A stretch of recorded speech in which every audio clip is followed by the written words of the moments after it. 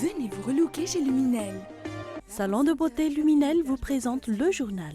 Luminel, osez être la plus belle.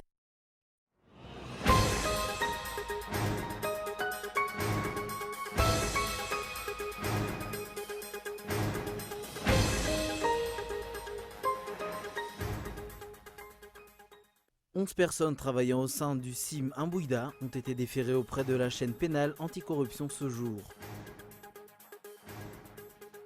Un atelier sur le renforcement du système de la lutte contre le blanchiment d'argent et le financement du terrorisme a eu lieu ce jour au DLC à Nous.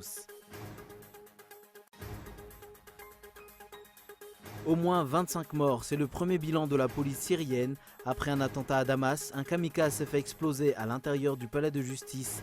L'événement intervient alors que la Syrie commémore aujourd'hui les 6 ans du début du conflit. Depuis, 400 000 personnes ont péri et 11 millions d'autres ont été contraintes de fuir.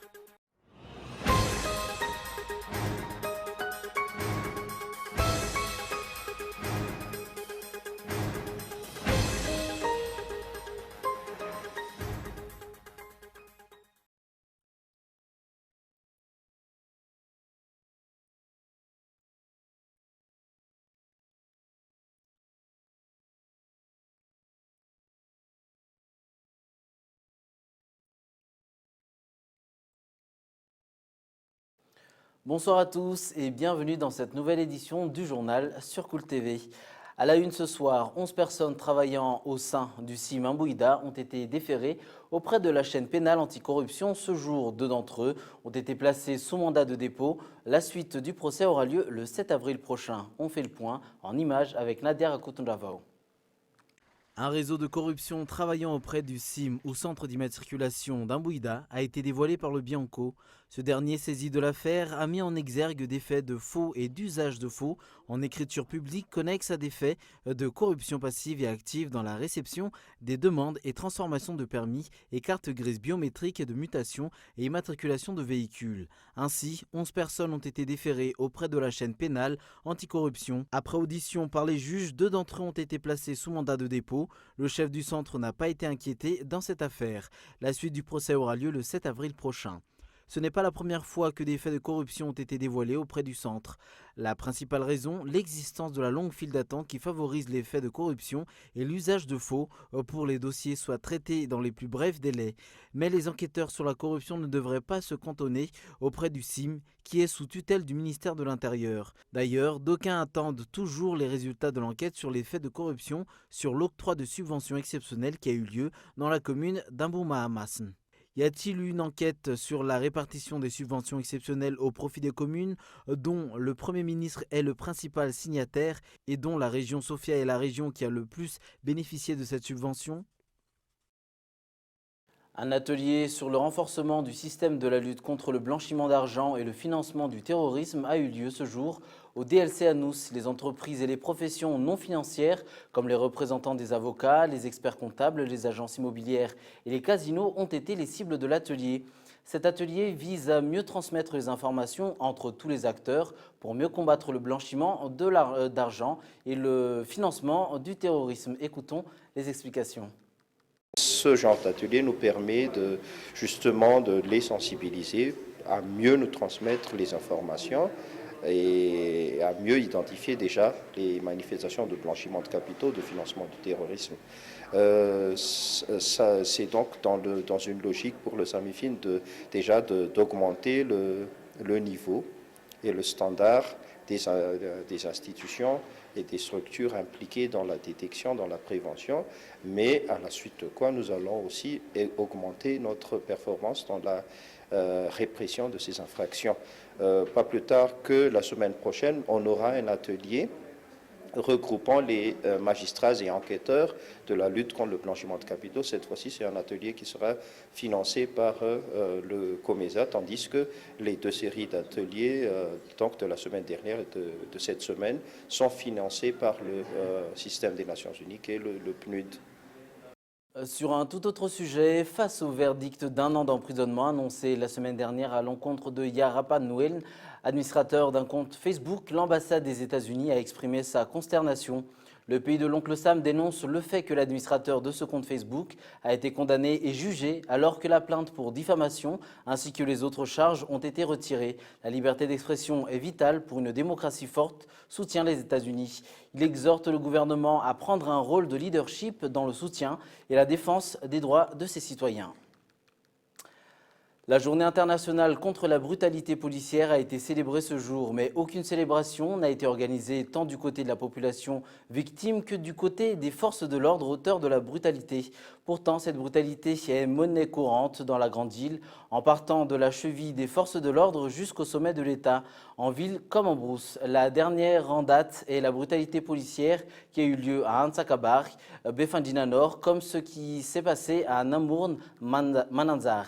Des violences policières qui se sont soldées par l'incendie de village dans le mépris total des lois en vigueur et les droits de l'homme. L'on attend toujours les résultats des enquêtes sur ces cas de brutalité policière.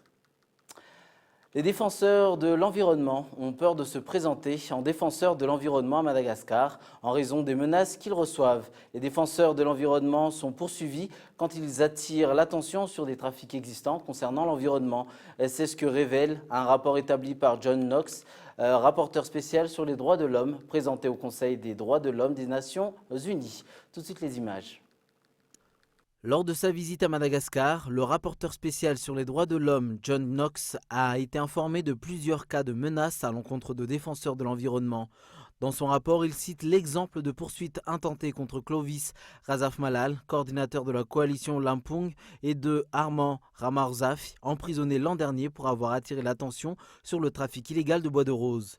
Le rapporteur spécial sur les droits de l'homme souligne que les individus ont le droit à la liberté d'expression, y compris quand ils attirent l'attention sur des crimes allégués sur l'environnement, et ils ne devraient jamais être harcelés ou punis pour l'exercice de ce droit.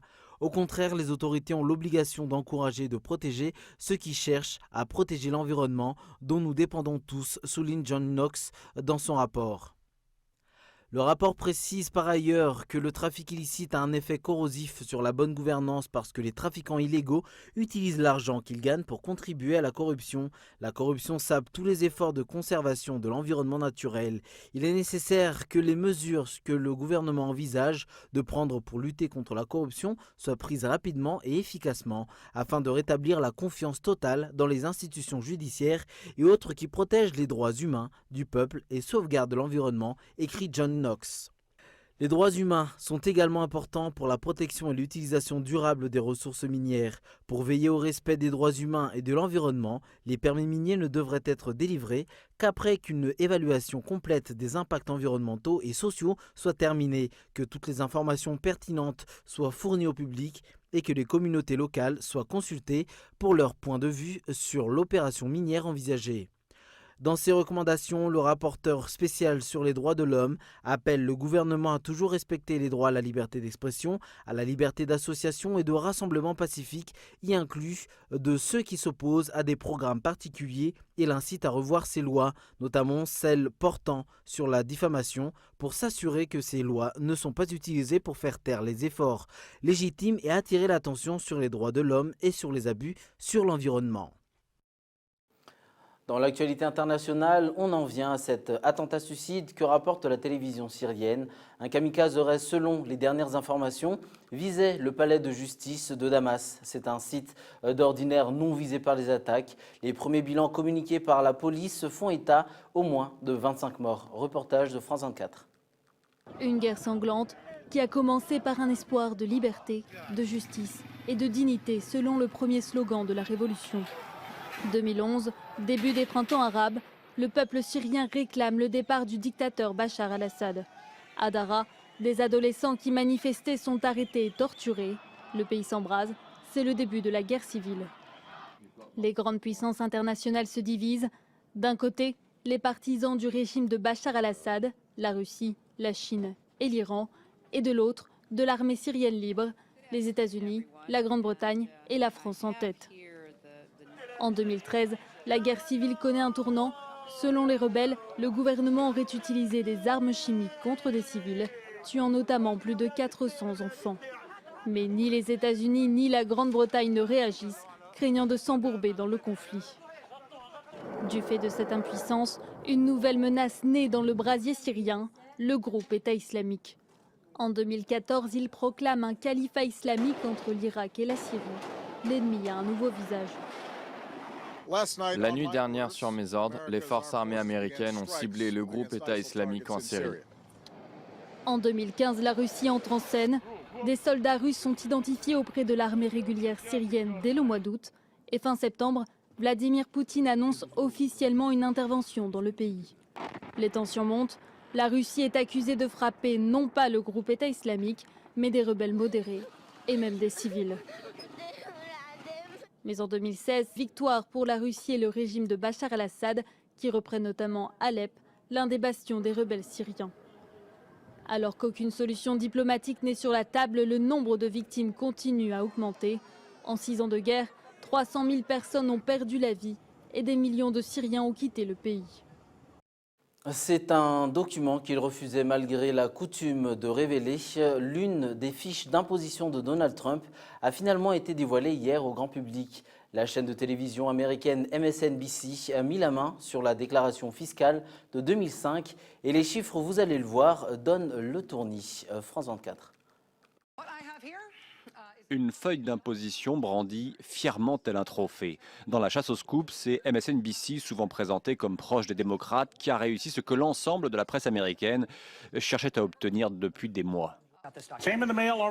C'est par mail que j'ai reçu le document. D'ailleurs, il est tout à fait possible que Donald Trump m'ait envoyé lui-même. Il a déjà fait ce genre de choses par le passé. Mais la Maison-Blanche a réagi à la publication de cette feuille d'imposition, dénonçant un acte illégal.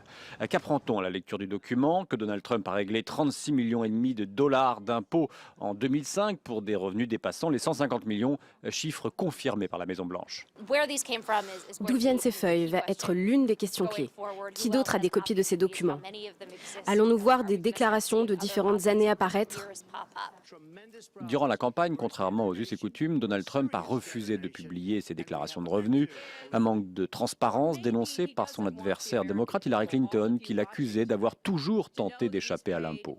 En octobre dernier, le New York Times avait ainsi publié une déclaration fiscale datant de 1995, prouvant, selon le journal, que Donald Trump aurait évité de payer des impôts pendant près de 20 ans. Le fils aîné du président américain, Donald Trump Jr., a ironisé sur les révélations de MSNBC. Information de dernière minute, il y a 12 ans, Donald Trump a gagné beaucoup d'argent et payé beaucoup d'impôts.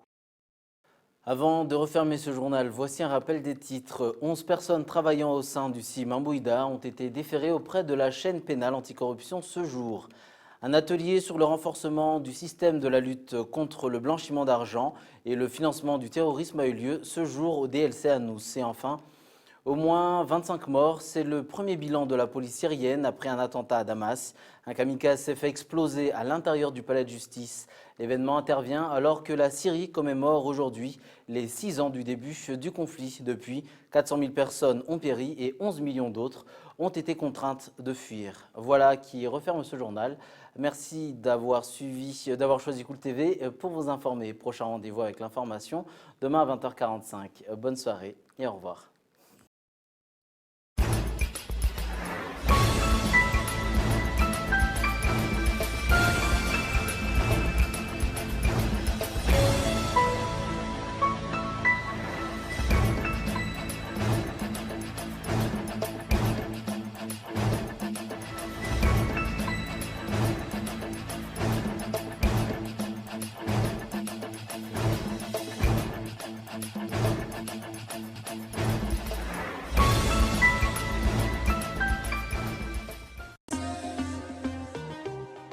Venez vous relooker chez Luminel. Le journal vous a été présenté par Salon de beauté Luminel. Luminel, osez être la plus belle.